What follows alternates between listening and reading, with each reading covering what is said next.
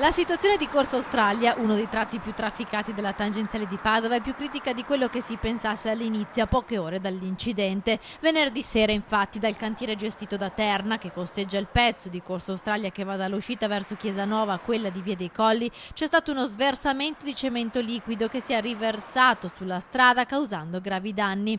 Il manto stradale è stato deformato e si sono rilevati problemi di staticità. In queste ore stiamo decidendo come proseguire e abbiamo provato questa mattina a riaprire la carreggiata completamente, però la strada ha avuto dei cedimenti che hanno suggerito a Veneto Strade di richiudere la corsia e quindi nelle prossime ore si stabilirà una tabella di marcia più precisa. Il tentativo di riapertura della carreggiata ha evidenziato però notevoli criticità.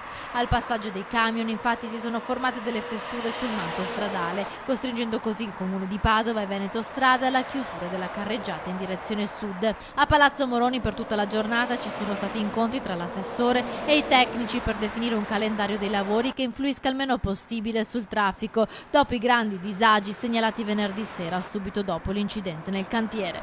Molto probabilmente comunque si farà concludere il cantiere a Terna molto probabilmente entro giovedì e poi bisognerà rifare la strada Corso Australia, non una semplice ripavimentazione ma intervenire a rifare e a sistemare la pavimentazione fino anche a 50 cm